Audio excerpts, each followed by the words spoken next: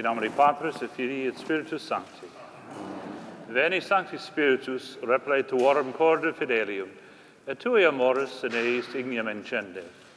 Emitte spiritum tuum et creabuntur. Oremus. Deus, qui corde fidelium Sancti Spiritus illustrationi docuisti, da nobis in eodum spiritu recti sapere, et de eus semper consolatione gaudere, per Christum Dominum nostrum. Amen. Sede sapientiae, Ora pro nobis. Sancti Toma. Ora pro nobis.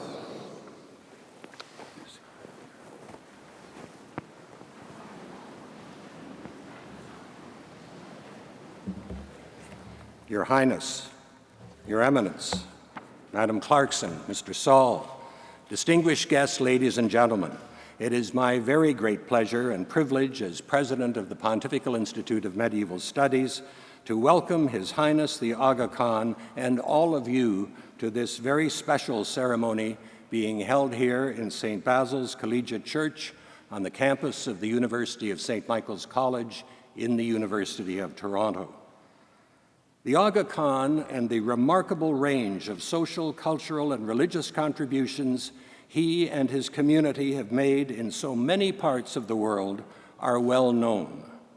His is a name that universally evokes social concern, culture, and education, as well as religious dialogue and collaboration. Indeed, in today's world where fear and personal abuse can dominate and degrade political discussion, the Aga Khan is a leader who builds bridges rather than walls. Through his Aga Khan Development Foundation, his efforts at human betterment and advancement represent faith in action in a world often hostile to the option of belief. Here in Toronto, his name has become more widely recognized through the recent establishment of the Aga Khan Museum and the TheIsmaili Center. The museum, unique in North America for the range of its holdings from different areas and periods of Islamic civilization, represents a considerable enhancement of the intellectual and cultural life of our city, for which we are all grateful, Your Highness. And I think there is something particularly fitting about the Pontifical Institute of Medieval Studies awarding His Highness its honorary degree in Medieval Studies. From its founding in 1929, the Institute has been an academic pioneer in North America with its interdisciplinary approach to the study of the medieval period. It was a period which witnessed a great cultural and intellectual flourishing in the Muslim world, a flourishing from which, in many areas, including philosophy, mathematics, and science, the Christian West has benefited considerably. Unfortunately, other aspects of the relation between the two communities at the time were a great deal more negative, as we know. Today, the positive elements need to be studied and made better known in order to build on them, while the negative need to be confronted and overcome. The Pontifical Institute is committed to be active on both counts. The Second Vatican Council, in its 1965 document on interreligious dialogue, Nostra Aetate, called for a deepening of knowledge and respect among Catholics for Muslims and for the Muslim faith, and for collaboration between the two communities in, quote, the service of peace, liberty, social justice, and moral values. Recent popes have all taken the challenge of the Council seriously and have encouraged the overcoming of ignorance and prejudice and of reinforcing mutual respect and collaboration. Benedict XVI, in speaking to representatives of various Muslim communities in Germany in 2005, put it this way: intellectual and intercultural dialogue between Christians and Muslims cannot be reduced to an optional extra. It is, in fact, a vital necessity on which, in large measure, our common future depends. Your Highness, as a center of medieval scholarship with a special bond to the papacy, it is particularly fitting that the Pontifical Institute should confer on you its highest honor, and we celebrate your presence with us this evening.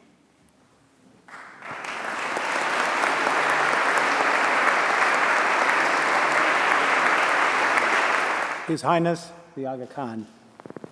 Your Highness, Your Eminence and Chancellor, Précies, distinguished guests, ladies and gentlemen. I am honored to present today His Highness the Aga Khan, the 49th hereditary Imam, or spiritual leader of the Shia Ismaili Muslims.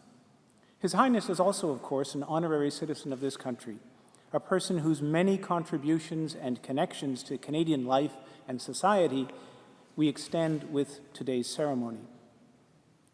Given the energy and vigor with which His Highness pursues his calling, and the extent to which he has used it to benefit not only Ismaili Muslims, but a broad range of communities around the world, with a particular attention to the most vulnerable, it is all the more impressive to recall that His Highness has been serving in this remarkable capacity since 1957.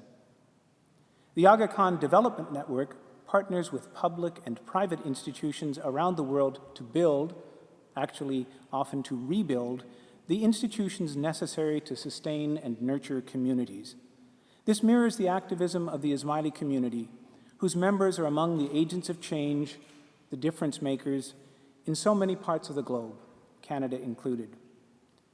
Canadians take special pride in the links that connect us to the Aga Khan, to the Ismaili community, and to the important values that they so effectively champion.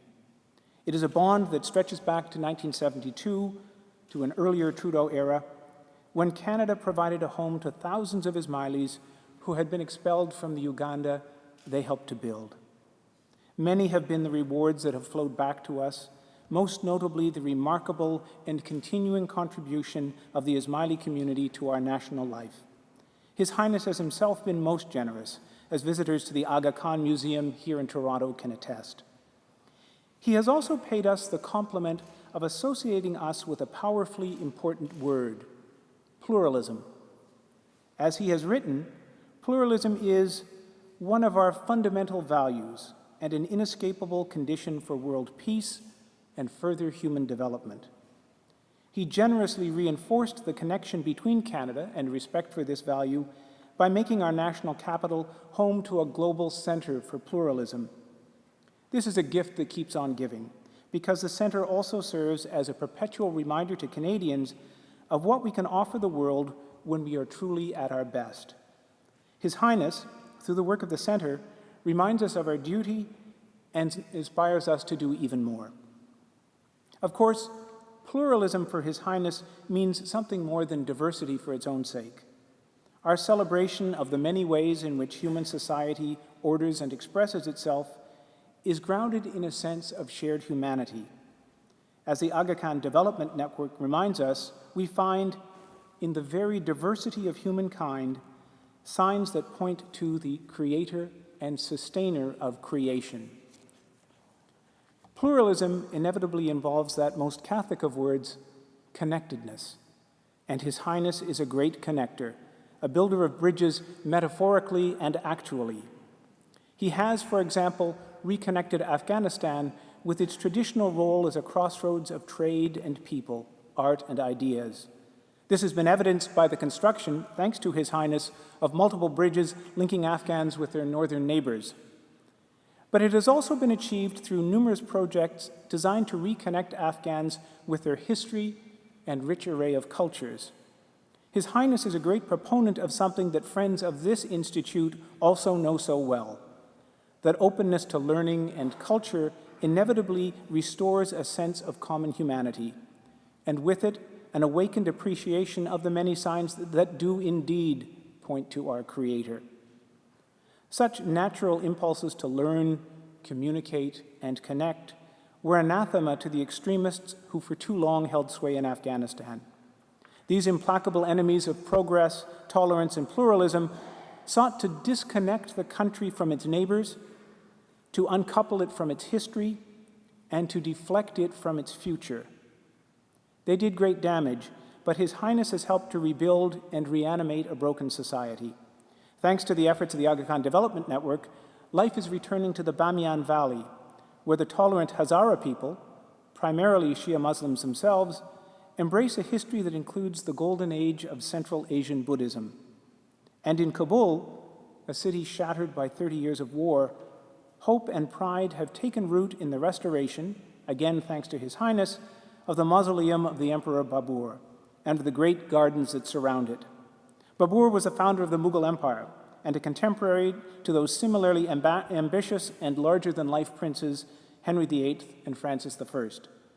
He laid siege to Kandahar in the same year in which Henry and Francis laid siege to one another at the Field of the Cloth of Gold. Allow me a personal observation on His Highness as a builder of bridges and a connector of people. While serving in Beijing, I was interested to read one of His Highness's speeches in which he remarked on the size and vitality of the Ismaili community in the far west of China. So I traveled to the city of Tashqargan to meet them for myself. It was a deeply moving experience and one that resonated with me as a Catholic. I met people of faith and hope and tremendous goodwill. They readily acknowledged the sorrow of being physically separated from their Ismaili brothers and sisters and from His Highness, but they displayed a profound and confident spiritual connection to their global community. They possess a faith that refuses to be hemmed in or isolated by man-made barriers, a conviction that owes much to their very real and justified sense of being in communion with their spiritual leader. Let us celebrate today our own connection to His Highness, a champion of pluralism, a transcender of borders and barriers, and a great, wise, and benevolent connector.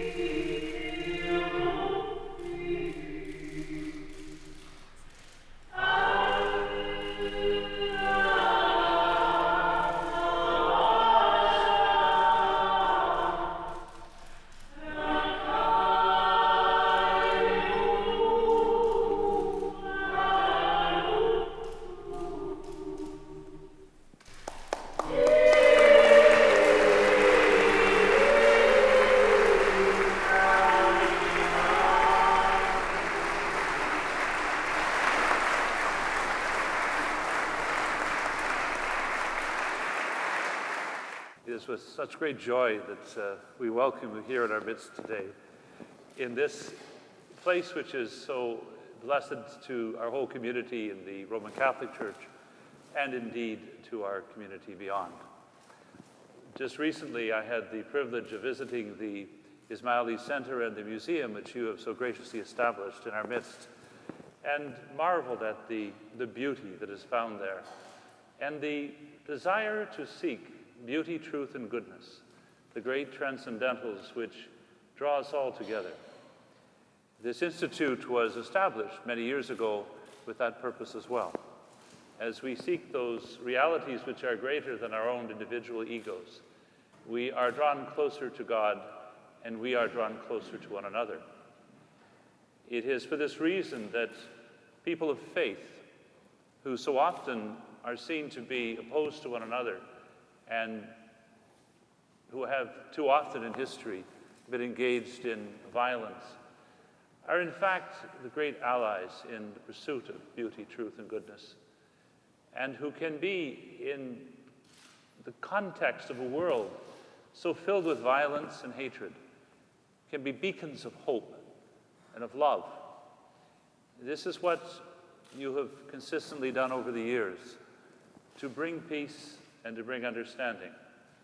And so it is with that in mind that we, in a very special way, appreciate your presence amongst us today, and our prayers for God's blessing upon you and upon your community in the years ahead. This, in our own area here in the area of Toronto and in Canada, the Ismaili community and the Catholic community are very similar to one another in our pursuits for so many things which are important in our society. And I recall, as I visited the center and the museum, the opportunity to speak with members of the Ismaili community and to discuss some of the issues we face in our society, which is so often turned into a rather cold and harsh place because of the winds of secularism. And the light and the love of faith can break through that. So I pray for the Lord's blessing upon you and upon your whole community. And I look forward in the years ahead to a deepening of love, friendship, and of common effort between our communities as a sign to the whole of society of that profound effect of beauty, truth, and goodness, the pursuit of that for the benefit of all.